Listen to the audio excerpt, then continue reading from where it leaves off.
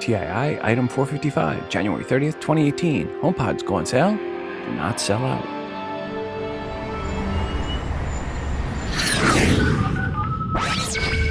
Welcome to Today in iPhone. I like it a lot. Today in iPhone. Hey, Google! Oh yeah. My beautiful iPhone, which I never have out of my hand and that I do everything with and has become an extension of who I am. This episode is brought to you by Audible. For a free audiobook with a 30-day trial membership, go to audible.com/TII or text TII to 500-500 to get started. Welcome to the show. I'm your host, Rob, and you are listening to the Today in iOS podcast. First up, I want to thank Eric for sending in the artwork for today's show. Eric wrote the following. Hello, Rob. Recently discovered Apple's new to me in-store free courses. One day last week, I took 3 courses at the Apple Potomac Town Centers today at an Apple event at 11 a.m. Photos walk, how to tell a story with action photos and video at 12 p.m., editing video on a Mac, and beginning coding at 5 p.m. In each class, I was the only participant, which was good, like a private tutor. God, I like being retired. During the photo walk class, I had my instructor, Steve, snap a picture of me in front of the Apple Store for TII. I then used Over to insert text above the front door and on the side of the car. I hope you like it. You then used Waterlog to water paint the 2 editions of the Over image for your selection. Regards, Eric M. Well, thanks, Eric, for sending in this. And folks, you can see the artwork in the free TI app via the bonus button for episode 455 or at Instagram.com/todayinios and also at Facebook.com/todayinios. Folks, if you have some artwork and or music you have created on an iOS device that you would like to share with the audience, please email to me at todayinios@gmail.com. Please make sure to include which app or apps you use to create said artwork and or music. On the last episode, we mentioned the updates on January 25th for iOS 11.3 Beta 1 and tvOS 11.3 Beta 1. What was not released on the 25th was a watchOS beta. That came a day later on the 26th with watchOS 4.3 Beta 1. Some of the things introduced in this beta are nightstand mode in portrait orientation, new charging animations when placing on the charger, and it also adds in activity info to the Siri watch face. And not new, but rather returning, is the feature to allow music playing on the iPhone to be controlled using the music app on the Apple Watch. That was available some time ago, but recently had been missing. Part of the music control is being able to control where music plays. I'm guessing when the HomePod arrives and we upgrade to watchOS 4.3, we will then be able to transfer music playing on an iPhone speaker and get it to play on the HomePod right from the Apple Watch. Right now, screenshots show you being able to choose between the speaker on an iPhone and different Apple TVs or AirPods. Chances are, however, we will not see watchOS 4.3 Goldmaster until sometime in the spring. If you have upgraded to the latest version of Facebook's mobile app, it then adds itself as an option for where you can send a screen recording in iOS 11. Right now, however, when you select Facebook and then press Start Broadcast, it does result in an error message. So for now, either Facebook is needing to update something on their end or iOS needs another update. Those testing both in 11.2.5 and 11.3 Beta 1 are reporting the error message. Interesting, I tried a few times to get it to go with Facebook, and one time I did not get the error message, but the recording just wound up going to my photo album. Maybe in the future, you will be able to do a Facebook Live video broadcast via the screen recording feature to Facebook Live. I read through a bunch of best of CES 2018 for iOS devices type posts. I am not going to talk about light bulbs. Sorry, Philips. Not gonna do it. But from the ones I read, that had me most tempted to pull out my credit card, they are Kohler's Sensate faucet that lets you control the faucet with your Siri voice commands. Yes, you can turn on or off the water with your voice. Times when this is important, well, you're holding a boiling pot of water and spaghetti and you forgot to turn on the water, or your hands are covered in, well, whatever it is that you do not want to get on the faucet handle. However, this feature, while cool, is not one I can see paying for just yet. Pricing is going to be north of $600 by best estimates. Still, many times I wish I had a voice-activated faucet in my kitchen. Next is the Osmo Mobile 2, which is a 3-axis video stabilizer and a handheld mount for your iPhone. This helps reduce the amount of movement you see when recording video. It is just $130 versus the original Osmo Mobile, which was $299 when it came out. And I like the Osmo. So anyway, the Osmo Mobile 2 is currently listed as exclusively from the Apple Store, but not yet available to order. Though I saw one article saying it was available for pre-order, I couldn't figure out how to do that. The Apple Store would not let me do it. It is estimated to be delivered sometime between the end of February and early March. If you shoot a lot of mobile video, this is something you're really going to want to get a look at. So again, Osmo Mobile 2, you can Google it and find out more. And right now, exclusively through the Apple Store once they allow the orders. If you listen to this show for a while, especially if you listen to the feed, you may recall I am a tea drinker. And this next one is pretty cool, or hot, really, depending on how you look at it. It is the Ember Ceramic Mug, priced at $80. It is a 10-ounce tea or coffee mug that lets you control the temperature of your drink of choice via the iOS app. If you want an extra charging coaster, it's another $40 on top of the $80. At the $80 level, it does come with one charging coaster. So if you want one at home and one at work, or one in one part of your house and one other part, add $40 more. So essentially, how it works is you pour your drink into the mug. Once it gets to your preferred temperature, it alerts you, and then it keeps it at that temperature for you. Nothing worse than when I'm working on my show notes, like right now, I have a cup of tea, and I get into an article and forget about it for a bit, and then reach over to take a swig, and it's cold when I was expecting it to be warmer than warm.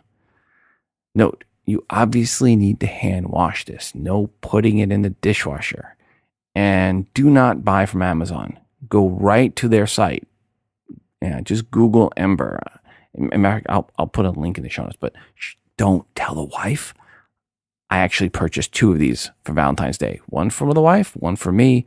We like to drink tea together at night. You can change the charging light to your own color on each one. So that way you know whose is whose. So yes, this one I actually did pull out the credit card for. So I bought 2, $80 each. Yeah, I know. It's Valentine's Day. It's a good idea. Hey, we like to drink tea together. I'll have a link for this one in the show notes. There were many others. And the post from iPhone Life's best of CES 2018 is probably one of the best posts out there. I saw on the Best of Show once. A link in the show notes. But one more to mention is the Coros Omni Smart Cycling Helmet. So Coros, Coros Omni Smart Cycling Helmet. It's $199, and for the true Freds out there, that's a drop in the bucket for what they're used to spending. It is a bone-conducting helmet that lets you listen to music, podcasts, and phone calls while not requiring you to have anything in your ears. This way you can hear the music and hear the traffic at the same time. And you can mount a remote on the handlebars to manage calls and music.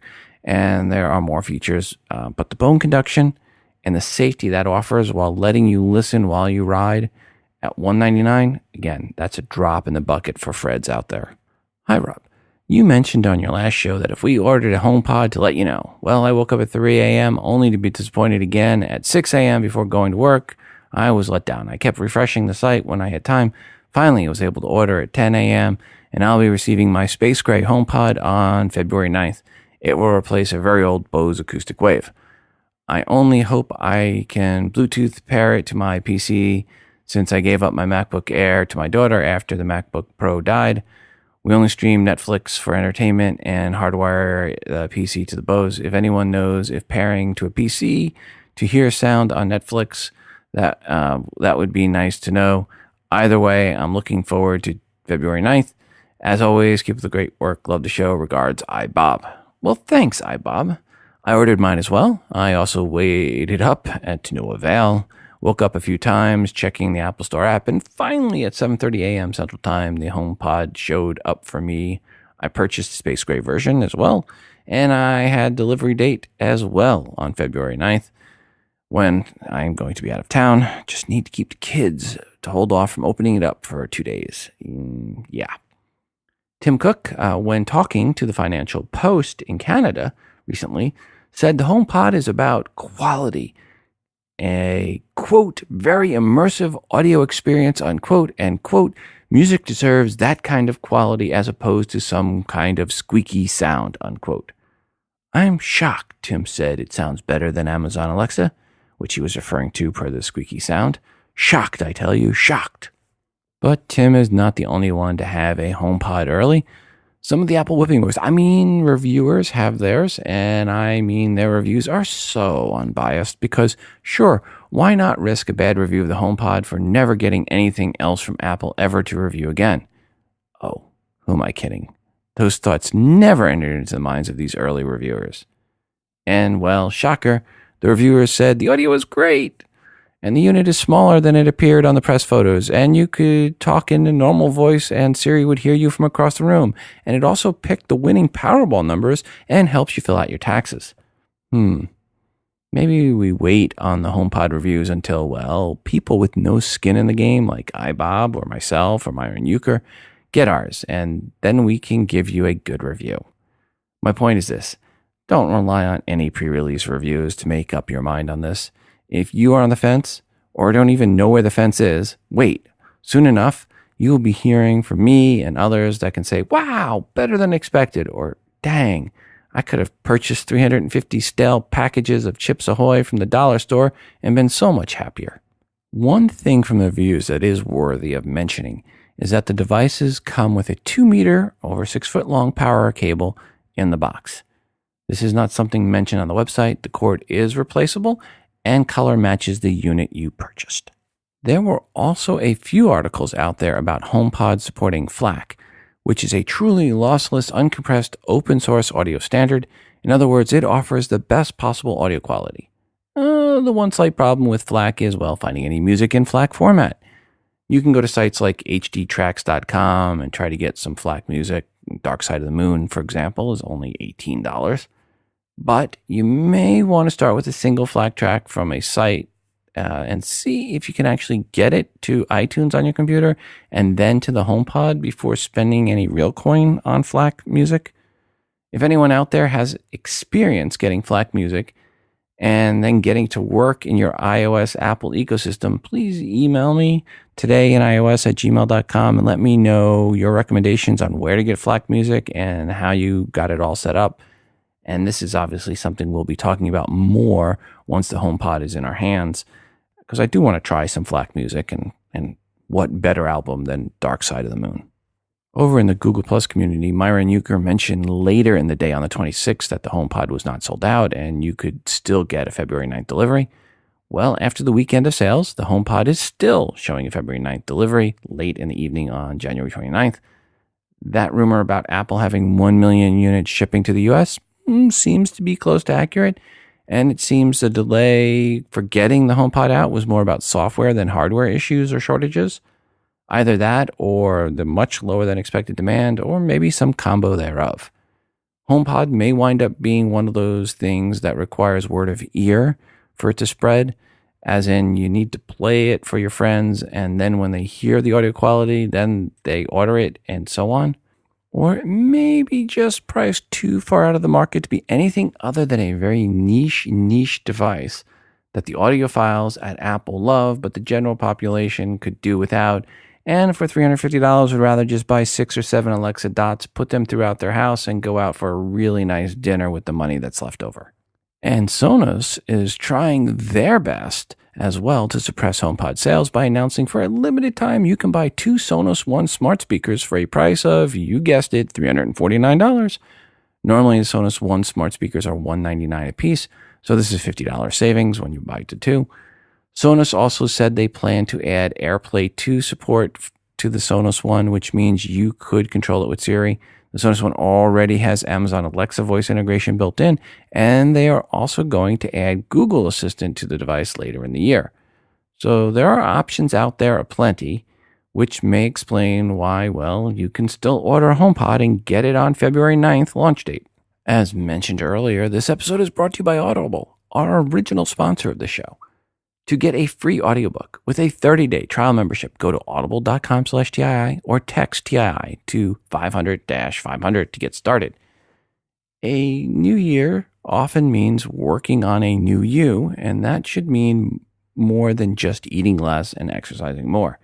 It means getting better info into your brain, and there is no more efficient way to get that info into your brain than via audio, as all listeners of podcasts already know. And Audible has the best books for self-improvement. Maybe you want to listen to my friend Tim Ferriss's 4-Hour Workweek or Tools of the Titans. Or maybe you want to listen to another one of my friend's books, Ben Greenfield's Beyond Training. Or maybe you want to listen to something entertaining while you work out.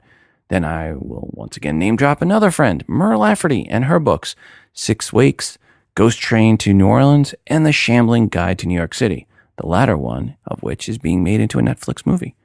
Point is, there are great audiobooks on Audible to help with self-improvement, better health, or just great entertainment to help your workout go faster. And with Audible membership, it includes 1 free audiobook a month and 30% off all regularly priced audiobooks.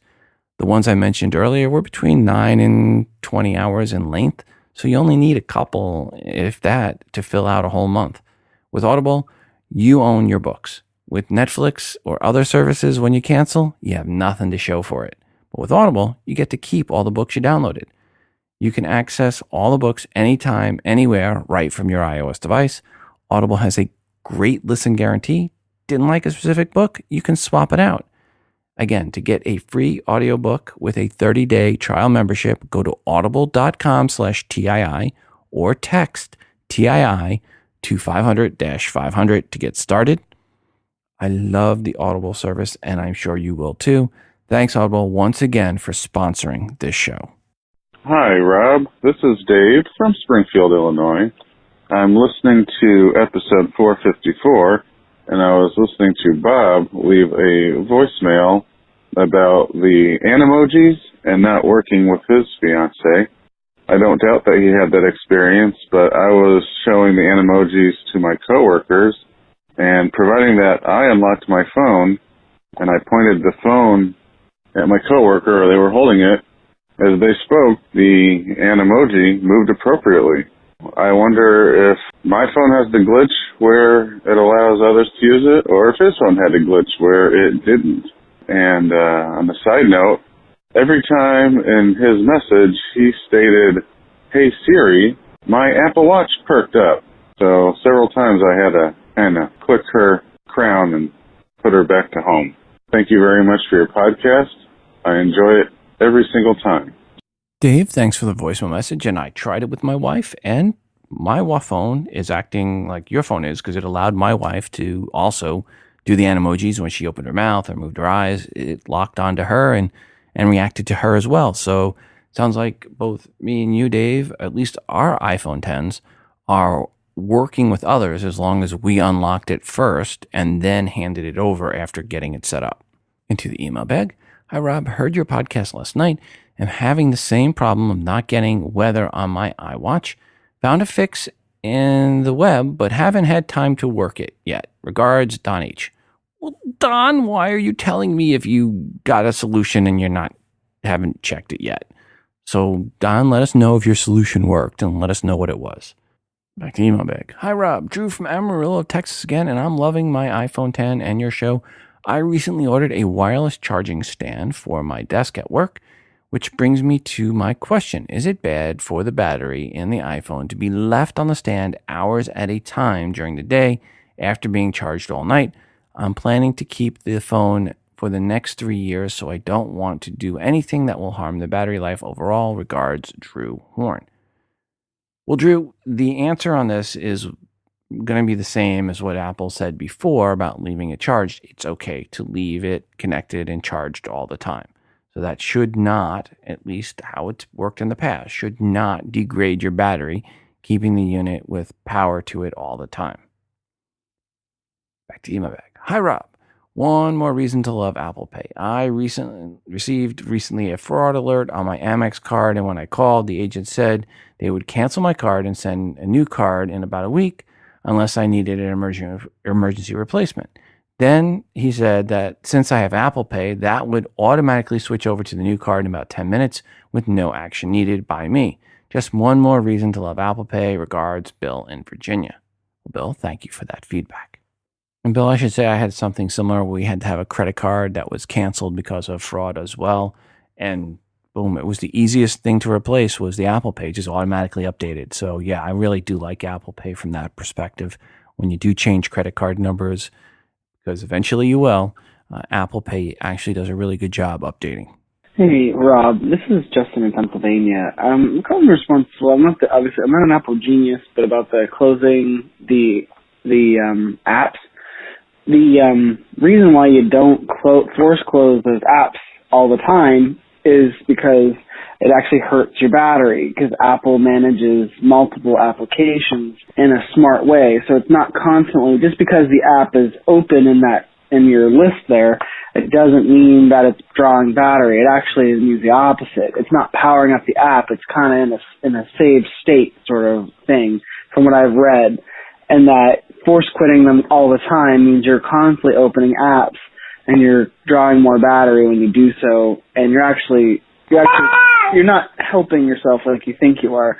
I've fought with my in-laws about this because they're people that they force quit every time they use an app. As soon as you're out of it, they close it immediately. The thing of it is that I've actually seen Apple release this before, like some of the, I don't remember who it was, but I remember seeing it like on places like iMore as a suggestion from Apple not to do this.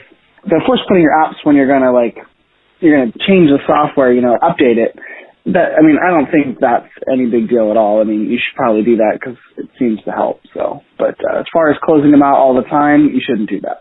All right. Thanks, Rob. Have a great day. Bye. Justin, as always, thanks for your feedback. Yes, we know Android is rolled out to more people globally, about 5 times more than iOS. But revenue from iOS App Store in Q4 of 2017 was 95% more than Google Play. That means a typical iOS owner spent over 10 times more in the iOS App Store than the typical Android user did in the Google Play App Store. So let's get this clear. Hardware-wise, Apple gets over 90% of the profits. And when it comes to app sales and subscriptions, Apple also gets a lion's share of revenue. Tell me again why that 85% market share number for Android means anything? And if you're a dev looking to monetize, which platform again are you going to concentrate on? Yeah, I know, kind of a rhetorical question. Apple will be reporting financials at the end of this week, actually Thursday. Sadly, I'll be in DC at a super secret meeting about podcast metrics. Shh, not allowed to talk about that. In any case, one thing Apple will not say on the call is what percentage of the iPhones sold last quarter were iPhone Xs, as Apple never breaks out by model for, quote, competitive reasons, unquote. But that does not stop others out there from doing their research and guessing at where the numbers came in.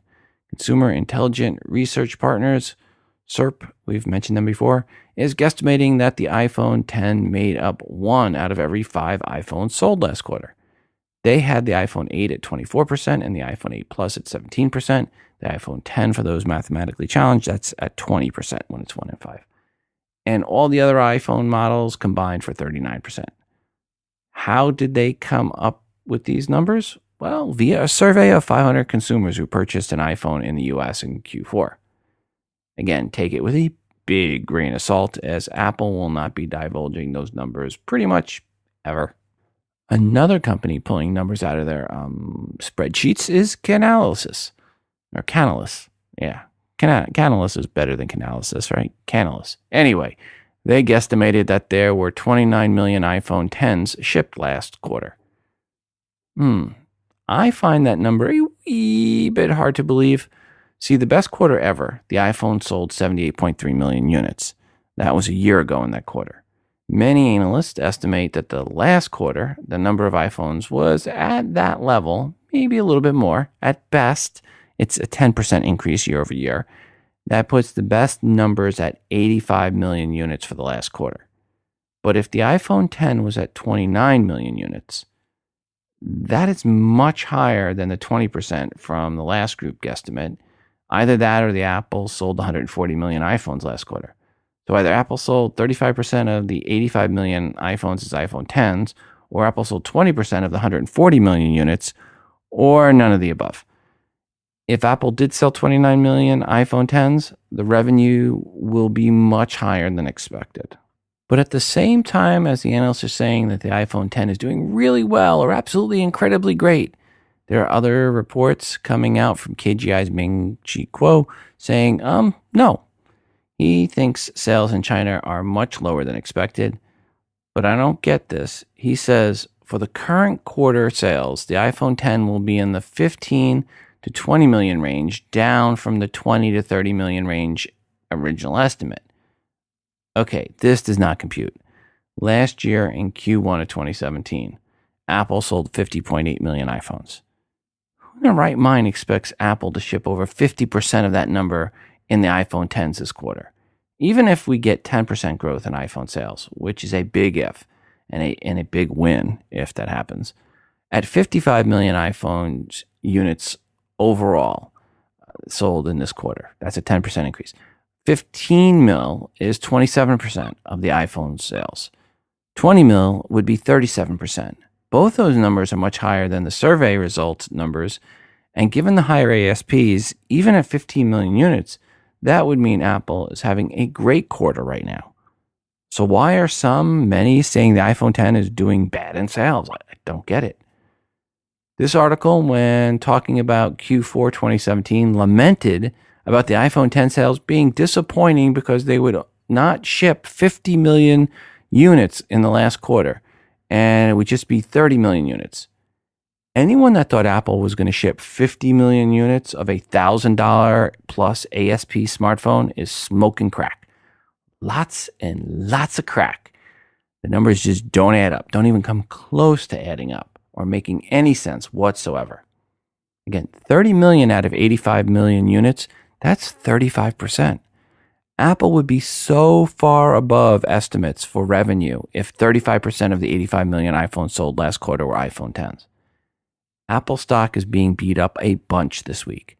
But if Apple comes anywhere close to where the worst of these estimates are for the iPhone 10 sales, they will far exceed their projected guidance. Thursday's conference call is one I will look forward to listening to once Apple releases as a podcast later Thursday evening. By the way, every time Ming-Chi Kuo speaks about Apple, he's not right. He's not even right 50% of the time.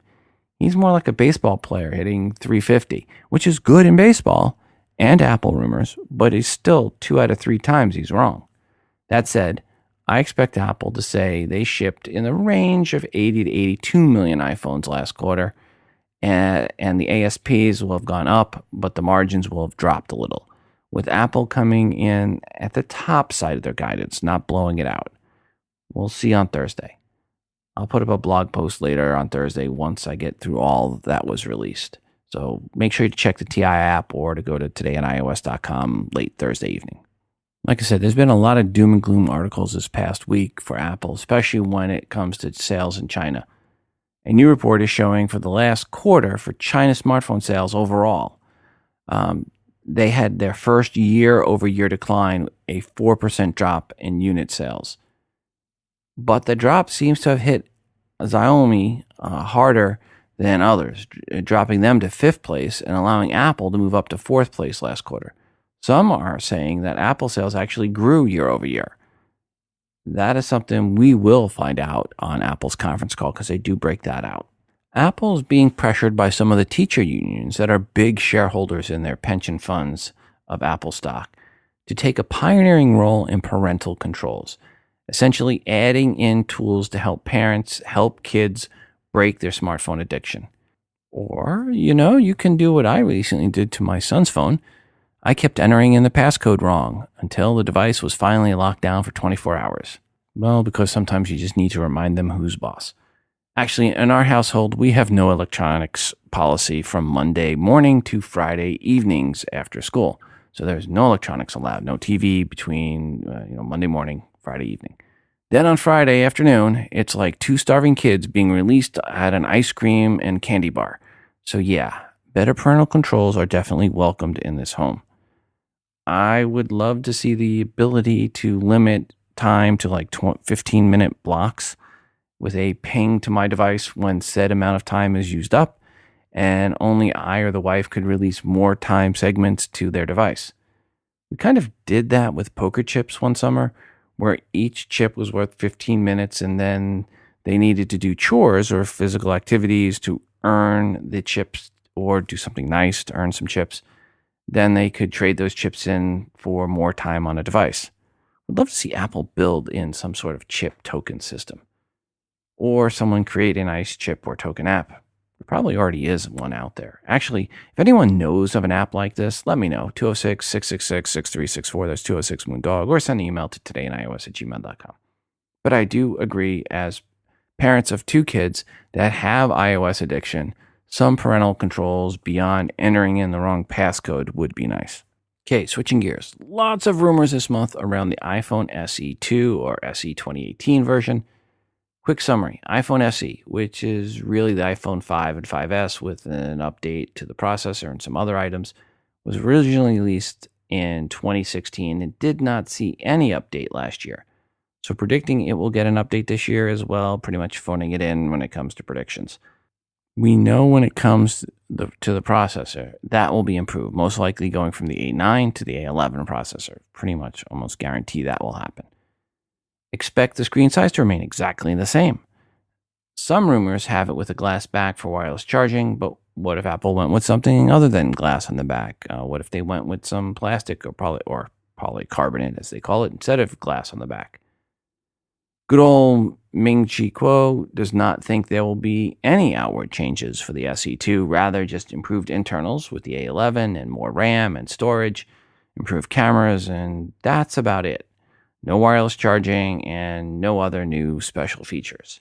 Basically just a modest, boring internal update with the same design that we've loved since the days of the iPhone 5 and 5S. Again, Ming is right about a third of the time. That said, one of the rumors of the glass back, that can be traced back to DigiTimes, and at least in one of the rumor strings. And DigiTimes is basically right, well, never. So I would guess right now, and I would be leaning right now heavily towards the same outside design as the iPhone SE with new guts. The other rumors about a May-June launch window seem to be out there bouncing around. Those seem like a late launch. I mean, the original iPhone SE launched on March 31st, 2016, and was introduced just 10 days earlier on the 21st of March. I think a late March, early April window makes sense. Actually, maybe a bit later to get it away from Easter. So let's go with April 10th for the introduction, right during the middle of NAB, and then the launch on April 20th. Hey, Rob.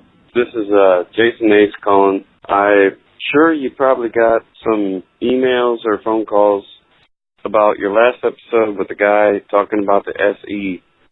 And as far as what iOS is going to support it. Last year I bought my girlfriend a iPhone SE, and I have an iPhone 6 Plus, and her phone actually has the processor of the 6S. So it really depends on which version he has, and I might have missed if he said which version he has, but just wanted to call and let you know, man. Thanks for your show. Love what you do. I can't wait for the next episode. It's getting really dry, but talk to you later. Jason, thanks for the feedback. Into the email bag we go. Hey, Rob, hoping you or the listeners can help explain this. Why do non-Apple charging cables sometimes work and sometimes do not? I get the message, this accessory may not work with this device from time to time. And I totally get it. It's not an Apple charging cable, but it doesn't always happen. And when it doesn't charge sometimes, all I have to do is turn the lightning cable over and plug it back in, and it works. And sometimes not. Any idea why? Regards, Eric Boyles. Yes, because Apple likes to annoy the bejeebus out of us. Yeah, I don't get that either. I get the same issue. Sometimes some of my cables work. Sometimes they don't. Sometimes flipping them over makes them work. I just don't get it. Hi, Rob. I've had my Apple Watch for a few months now and overall feel pretty positive about it. I first went with the Apple Watch Series 3 cellular, but quickly returned it when I figured out that there were a few real scenarios where I didn't have my iPhone with me. One other thing that I'm not sure if is well known to your listeners, for the US-based cell carriers, the cellular function does not roam outside the United States the way the phone will. Most of us have been shuttled to unlimited plans and also enjoy the benefit of using their data plan in Canada and Mexico. Not so with the Apple Watch add-ons, as I found out in my frequent travels to Mexico. One frustration for me with the Apple Watch is how iMessage does not seem to sync with my iPhone. If I erase iMessages on my iPhone, they do not erase on my Apple Watch, and vice versa. Is there a reason why this would not be in sync?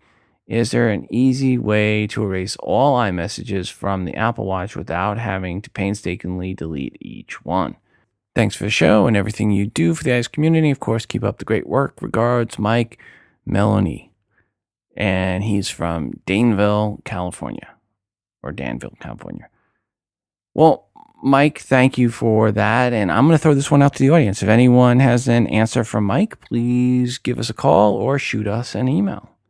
Back to the email bag. Hi, Rob. I am from Ogden, Utah, and a longtime listener since the very first episode you put out. So, hey, you know that Audible was a sponsor way back when. I went to the Apple Store in Farmington Station. I just went there to get my battery replaced in my iPhone 6. They did not have any batteries in stock, so they have to order. They also said that it would be about 2 weeks for it to come in, and they would call or email that it will be in for me to get it replaced. They said it might take an hour to hour and a half to get replaced. We will see. Best deal ever for $29. At least this will help out until the next iPhone comes out with the T-Mobile 5G, which I can't wait for. Regards, Aaron.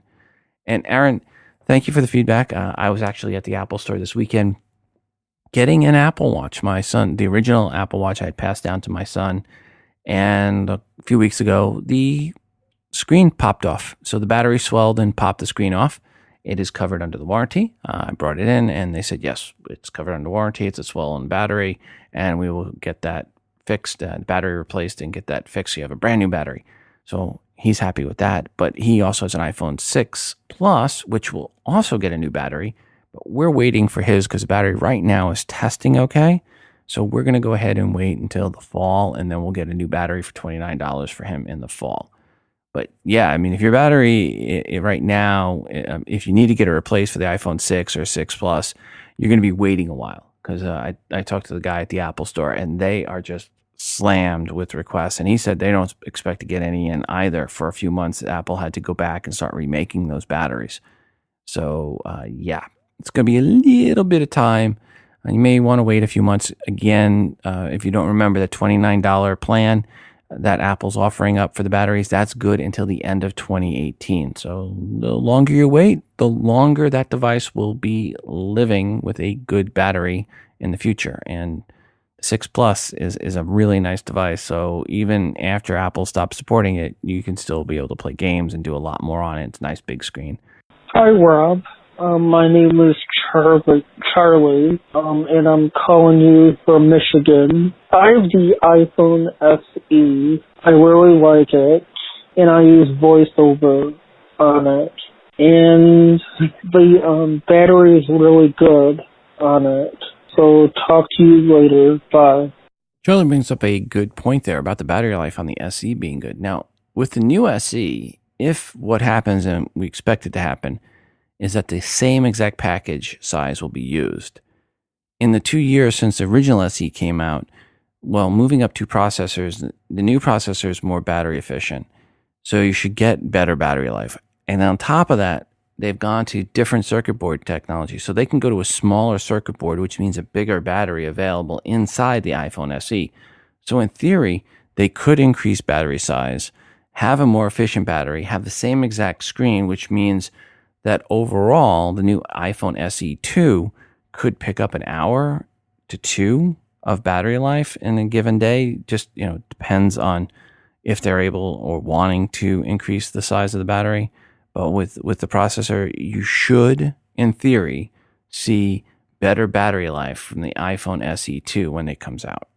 Back to the email bag. Hi, Rob. I didn't get the iPhone 10. I have the iPhone 7 Plus. Should I wait for the next iPhone? Seeing that the iPhone 10 may be discontinued, and the only reason I want it is for the portrait mode and the animojis. Regards, David J. Well, hi, David. There's been a lot of wild predictions and misreporting around the iPhone 10 this past week. One article was titled, quote, disappointing sales, see Apple cutting iPhone 10 production in half this quarter, unquote. Here is what I love from this article. Quote, Apple is said to have notified suppliers that it has cut its production target for the first quarter of this year to 20 million after previously telling them to expect to produce 40 million units, unquote. Again, if Apple does 20 million in iPhone 10s this quarter for sales, that's phenomenal. It's not bad. It is not disappointing. It's phenomenal.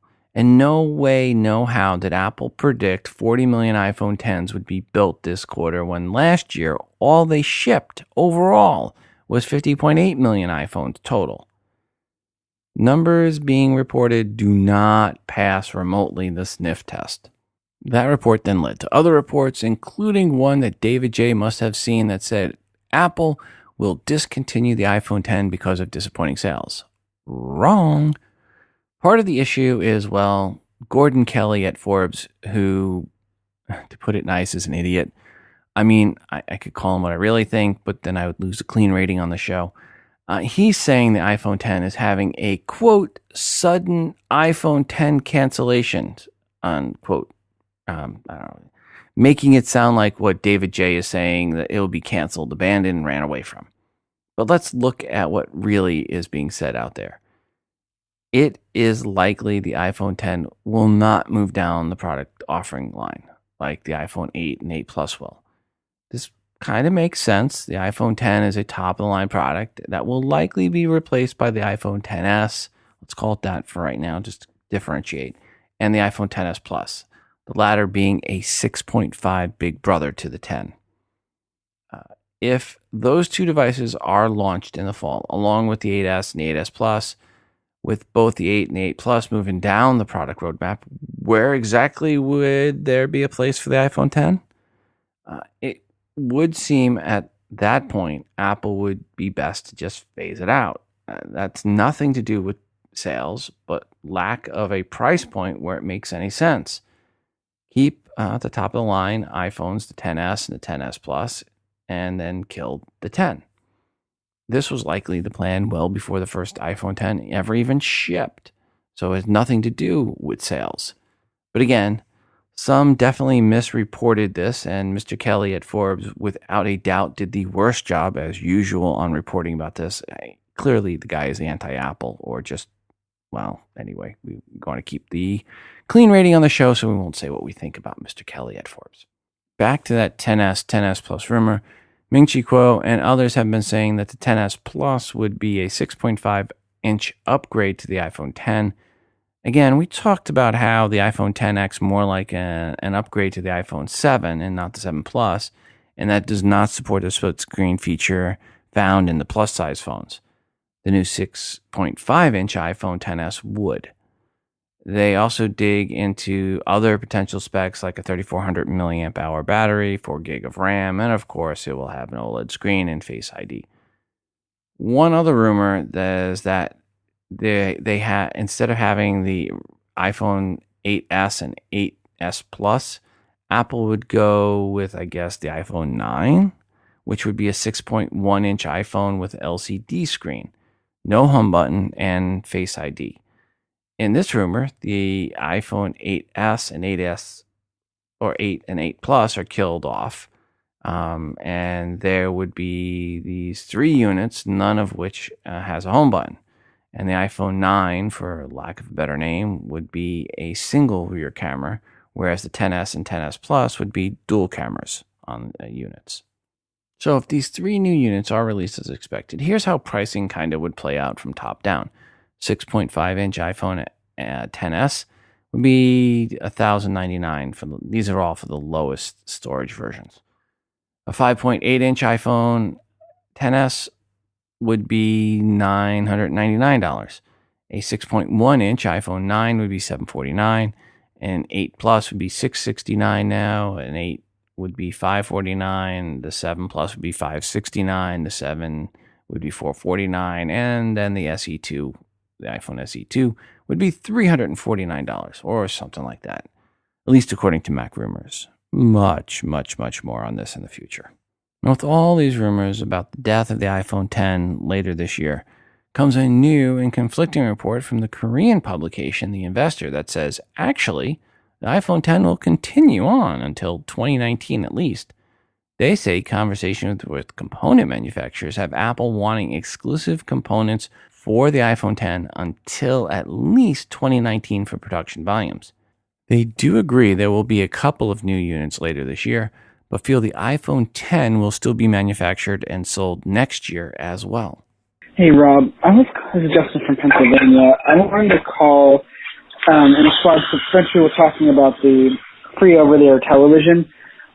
Just want to tell anyone, before you invest in something expensive like the Elgato that the guy was talking about or anything that would let you record over the air, make sure you test what channels you can actually get before you really make a big investment.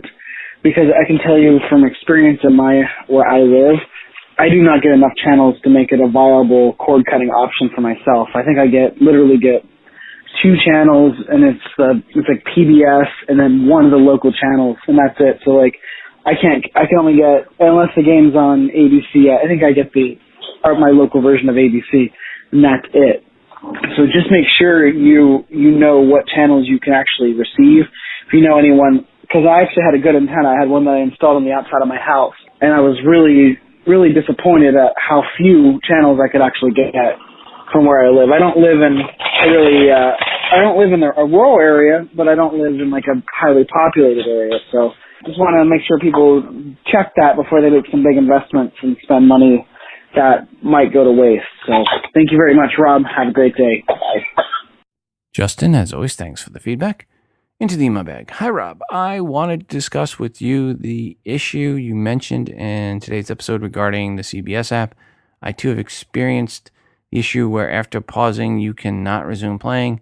If I'm not mistaken, when you press the play-pause button, it resumes for a half a second before pausing. Is this the same issue you're experiencing? I found this. If that's the case, try pressing down on the touchpad portion of the remote as if making the selection.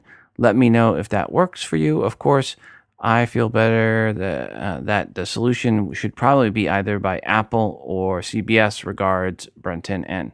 Brenton, yet that's exactly the issue I was having. I haven't had a chance yet to watch this week's Star Trek Discovery because I was working on show notes yesterday night, folks. So I will check it out before the next episode. So I'm probably tomorrow night I'll be watching Star Trek Discovery. Then we'll find out if the update fixed it or if your solution fixed it. All right, back to the email bag. Hi, Rob. I wanted to share my iOS 11 upgrade woes. I have an 8 Plus that I started from factory settings, not backup, because I didn't want any issues. I loaded back the apps I use, and everything was fine until I tried to upgrade to 11.x. I don't remember which version, but it was one that you advised it was okay to upgrade to. It completely bricked my phone. I couldn't restore from backup, couldn't reset factory settings, nothing. After talking to Apple Support to no avail, I then went to the Apple Store after many tries and much fiddling. They managed to get it restored to factory settings. Then I restored from my backup. After that, I was skittish about upgrades, but hearing the warnings about 11.2.2 fixing security issues, I tried the upgrade again, and it bricked my phone again. Note, I followed all of your guidelines for doing safe upgrade. Again, I called Apple Support, and again, I took it to the Apple Store where they were able to restore factory settings. The only difference between what they did and what I had done was they had iTunes on a Mac, and I had iTunes on Windows. After I complained and said I was afraid what would happen again, they replaced my phone. So hopefully it won't happen again. Have others had this problem? On a side note, Both of these Apple Store visits took hours. The first time, they offered me a bottle of water and let me use the bathroom. The second time, no water. And when I asked to use the bathroom, they said it was for employees only. Same store both times. Regards, Letty. Well, Letty, first off, sorry to hear the experience. It really does sound like you have some sort of physical issue with the unit. Or the other thing to remember is when you are doing an upgrade and you're doing an upgrade to any computer, make sure that the cable, the USB cable to Lightning, is plugged directly into the computer, not plugged into the monitor that's connected to the computer, not plugged into the keyboard that's connected to the computer, but plugged in directly to the USB port on the computer. Nothing in between it and the computer. There have always been issues, especially on the Windows machines, where you go through a USB hub or go through the monitor that's connected to the computer. You have to make sure you're connected directly into the computer whenever doing an upgrade via iTunes and hard tethered to the computer. Hello, Rob. It's Daniel from Wisbech, Cambridgeshire. Cheated on Siri the other day, and I haven't looked back. I want to ask you and your listeners, are you using Google Assistant on the iPhone?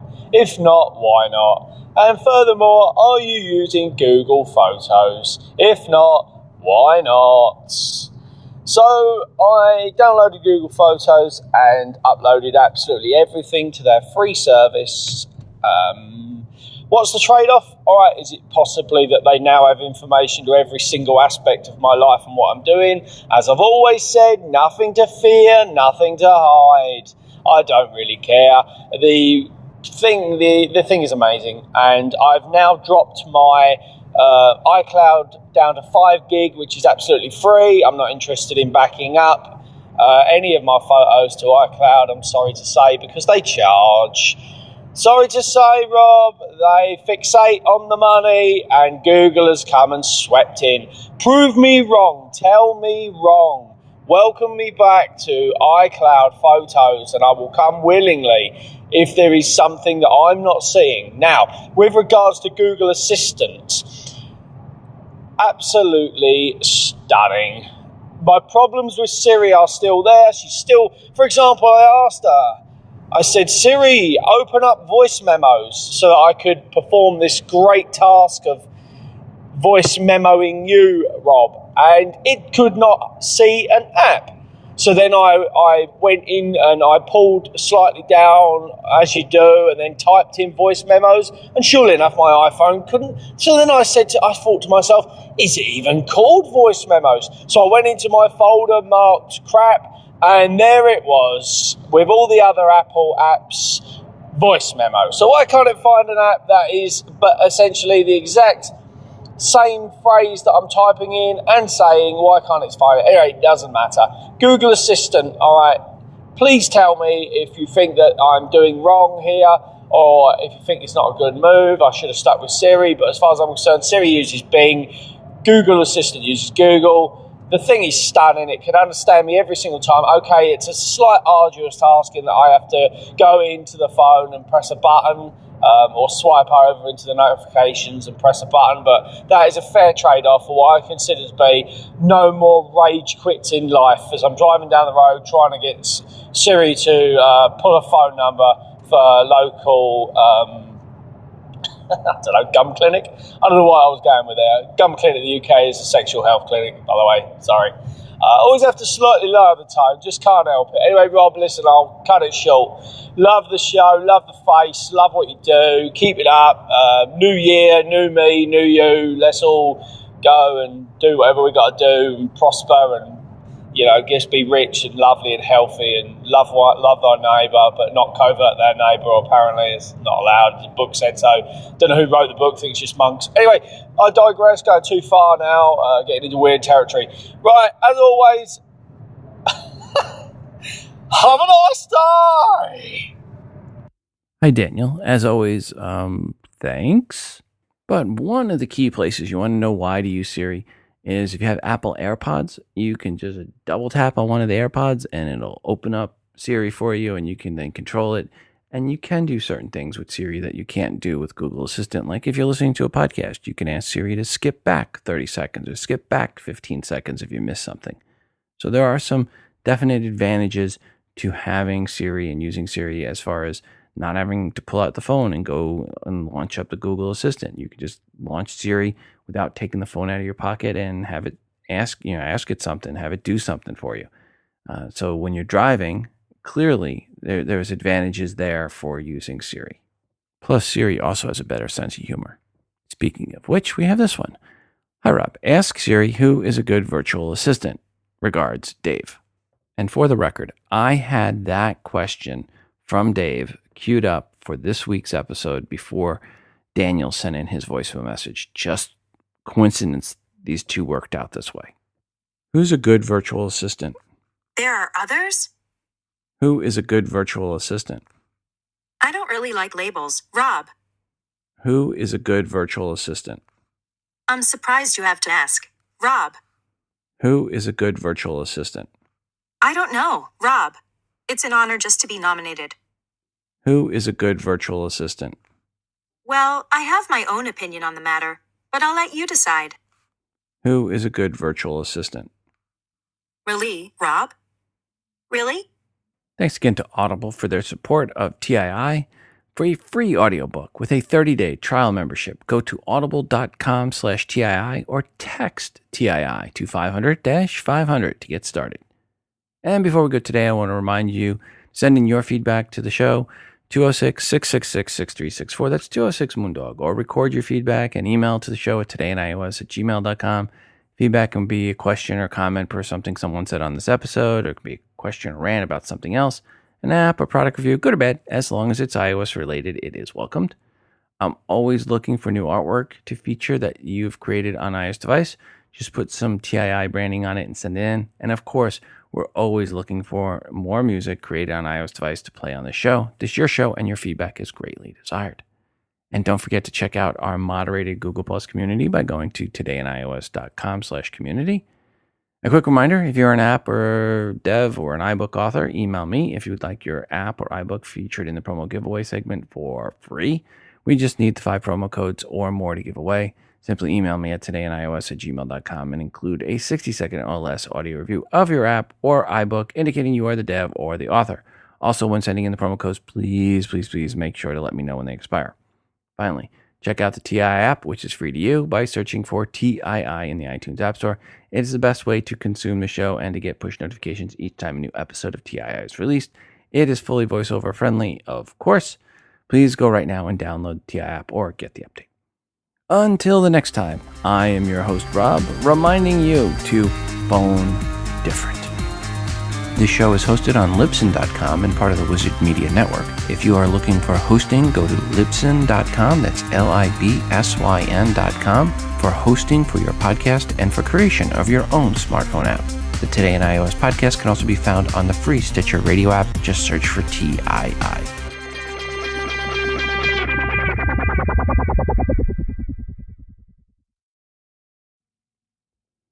This episode is...